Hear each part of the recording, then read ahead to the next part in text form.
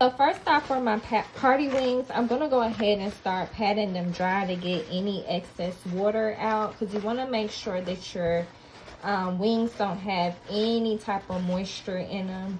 Mind you, I did go ahead and clean these wings already. I'm just making sure all the juices are removed from my wings. Now, I cleaned the wings with some vinegar along with water and let them soak, and I did a triple rinse just to make sure everything was removed from the wings. So I'm just making sure I'm patting my wings dry. That gives you that crispy coating. And we are going to make like a smokehouse type of flavor here for our wings. Okay, y'all, so now that our wings are patted dry, I'm going to go in with just a little bit of mustard to act as our binder today. I'm using about a teaspoon of yellow mustard. You can use Dijon mustard or honey mustard, but I prefer to use this. Now I'm going to go ahead and use some of my Kinder's grilled chicken seasoning. I am using about half a tablespoon of that seasoning here. And then I'm going to use my Kingsford Original All-Purpose Bold and Authentic Smoky Flavored Seasoning. I'm sorry, that is mad long, but yes, I am using that as well, a half a tablespoon. And I am using some roasted garlic and herb seasoning, one of my favorites from McCormick's Grill Mates line. And I'm going to use about a tablespoon of that. Can't go wrong with garlic. And I am going to use about half a tablespoon of my paprika seasoning. This one always gives me issues, but we're going to get it out. So once you're done, you're just going to go ahead and toss your chicken to make sure it's evenly coated. Now that I went ahead and mixed my meat together, it should look just like this. But I'm going to go ahead and add just a little bit more of my grilled chicken seasoning, just to make sure it's well seasoned. You don't want to eat bland food. Now, of course, you want to season to your liking, but I just like a little bit more seasoned. Not for it to be salty, but just, you know, a good flavor profile. So this is the finish of how your meat should look before you put it in the oven. So now that we're done seasoning our chicken, I'm just going to take some Pam and spray my pan just to make sure the chicken does not stick. And I'm going to place my wings and drumettes face down first. So the bottom side should be facing up, because we're going to flip these in probably like 30 minutes so the top part can get crispy. So now we're going to go ahead and bake these with the face down method for 30 minutes on 400, and then flip them over for another 30 minutes so they can get nice and crispy on the top. So in a clean bowl, we're going to make our topping for our sweet potatoes. I'm going to use some light brown sugar, some cinnamon, and some butter. I'm just eyeballing it. I'm going to use about a fourth of a cup of light brown sugar, along with a teaspoon of cinnamon. And I'm adding about 2 tablespoons, really 3 tablespoons of butter.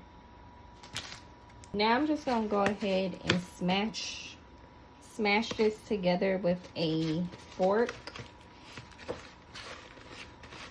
just to where it makes kind of like a strudel, minus the nuts that you normally put in strudel. So this is what the finished product looks like a nice little strudel minus the nuts. And we're going to go ahead and split our sweet potatoes in half and top it with this coating. Now, mind you, I already have cooked sweet potatoes. Mind you, these are not hairs. These are stems out of the sweet potato, if it will focus. But we're just going to cut these in half like that. And do the same for the other two.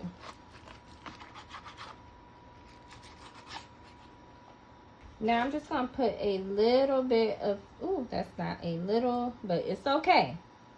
But just put a little bit of olive oil on your sweet potatoes. And then we're going to go ahead and top this with our strudel mix. You can see it's already melting the topping on the sweet potatoes. So we're going to go ahead and put this back in the oven and bake it for another 10 to 15 minutes on 350. Okay, so now we're going to go ahead and make our cream spinach. So this cream spinach will be made with a twist because I personally do not have any cream cheese on me right now. So I'm just using the products and ingredients that are already in my house. So I'm just going to add the rest of the spinach to my pot before it goes bad, because groceries are way too high to be wasting anything. So we're just going to go ahead and add all of our spinach. Mind you, spinach cooks down very fast.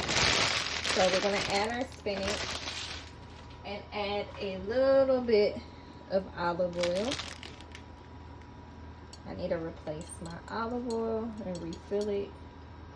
And mind you, we're just cooking this down until it's wilted, and we're going to go ahead and drain the excess juice out of the spinach before we add our heavy whipping cream and our cheeses. Okay, so now y'all can see what I was talking about. Hold on, let me mute my TV. Sorry. So now you guys can see what I was talking about, how the spinach cooks down. If you didn't know that, it shrinks in size tremendously. But I'm going to go ahead and get this excess juice out the pot and then add our heavy whipping cream, our seasonings, and also our cheeses. And like I said, we're improvising. So I am using some heavy whipping cream. Even though most people do use this regularly anyway to make their cream spinach.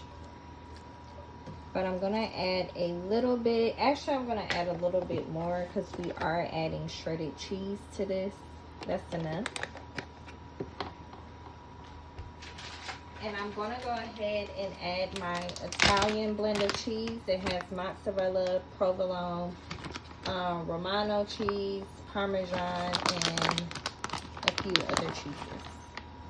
So we're just going to add that in. And we're going to add more cheese as we go if needed, but we're going to give that a good stir.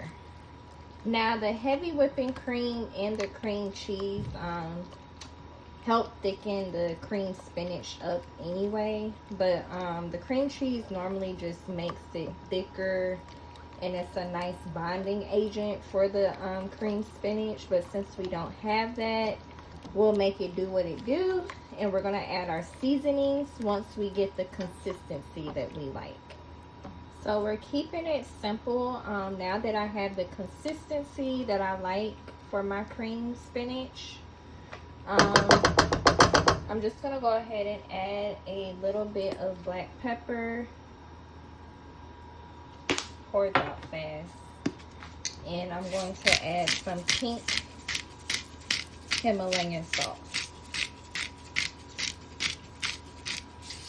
Now I'm giving that a good stir, and also please taste unto your liking. I am going to add some garlic powder to this as well, because what is a dish without garlic powder?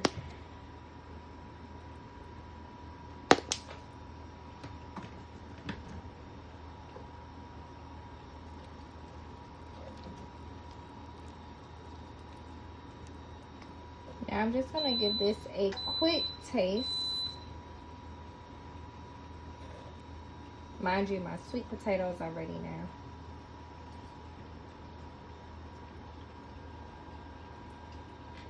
Perfect. So I went ahead and cut the heat on that, and I'm gonna put that to the side so we can go ahead and finish our dish. Now, mind you, this is the finished product. Let me know what you guys think in the comment section below, and thank you for watching. I will be posting future recipes on here as well. I'm gonna try to be more consistent with my YouTube, but thank you guys for watching, and like I said, like, share, comment, and subscribe.